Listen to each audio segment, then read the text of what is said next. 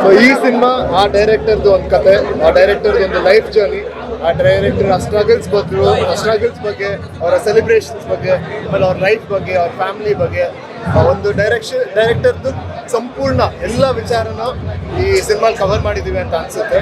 So ಅದನ್ನ ನೋಡೋಕ್ಕೆ ತುಂಬ ಖುಷಿ ಆಗುತ್ತೆ. ಸರ್, ಈ ಸಿನಿಮಾ ಡೈರೆಕ್ಟರ್ ಬಗ್ಗೆ ಹೇಳಬೇಕು ಅಂದ್ರೆ ದೊಡ್ಡ ಮನೆಯಿಂದ ಮಾತ್ರ ಸಾಧ್ಯ ಆಗಿದ್ದು. ಡೈರೆಕ್ಟರ್ ಬಗ್ಗೆ ನೀಟಾಗಿ ಹೇಳಿದ್ದಾರೆ ಅಂತ ಜನ ಹೇಳ್ತಿದ್ದಾರೆ, ಏನಂತ? ಅದಕ್ಕೆ ಕೇಳಿದ್ರೆ ತುಂಬ ಖುಷಿ ಆಗುತ್ತೆ. ಎಲ್ಲ ಕ್ರೆಡಿಟ್ ಆ್ಯಕ್ಚುಲಿ ನಮ್ಮ ಡೈರೆಕ್ಟರ್ಗೆ ಹೋಗಬೇಕು. ಯಾಕಂದರೆ ಅವ್ರು ಈ ಸಿನಿಮಾ ಮಾಡಿದಾಗ ಅವರು ಒಂದು ಆಸ್ಪೈರಿಂಗ್ ಡೈರೆಕ್ಟರ್ ಆಗಿದ್ರು. ಸೊ ಅವ್ರ ಲೈಫಲ್ಲಿ ಒಂದಷ್ಟು ಘಟನೆಗಳು ನಡೆದಿರುತ್ತೆ, ಅವ್ರ ಫ್ರೆಂಡ್ಸ್ ಲೈಫಲ್ಲಿ ಒಂದಷ್ಟು ಘಟನೆಗಳು ನಡೆದಿರುತ್ತೆ. ಅದನ್ನೆಲ್ಲ ಸೇರಿಕೊಂಡು ತುಂಬ ಒಥೆಂಟಿಕ್ ಆಗಿ ಈ ಸಿನಿಮಾನ ಮಾಡಿದ್ದಾರೆ.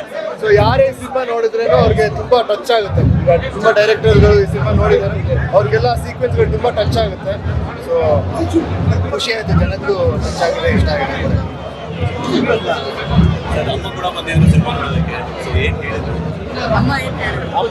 ಅಮ್ಮಗೆ ತುಂಬಾ ಇಷ್ಟ ಆಯ್ತು. ಅವ್ರಿಗೆ ಆ ತಾಯಿ ಸೀಕ್ವೆನ್ಸ್ ತುಂಬಾ ಇಷ್ಟ ಆಯ್ತು.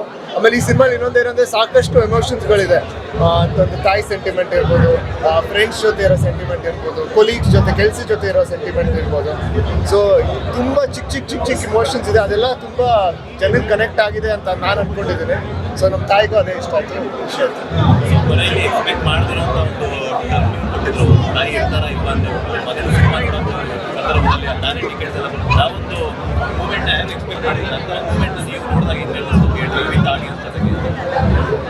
ತುಂಬ ಖುಷಿ ಆಯ್ತು, ಯಾಕಂದರೆ ನನಗೇನು ಅನಿಸ್ತು, ಆಡಿಯನ್ಸ್ ಕೂಡ ಅದೇ ಅನಿಸ್ತು.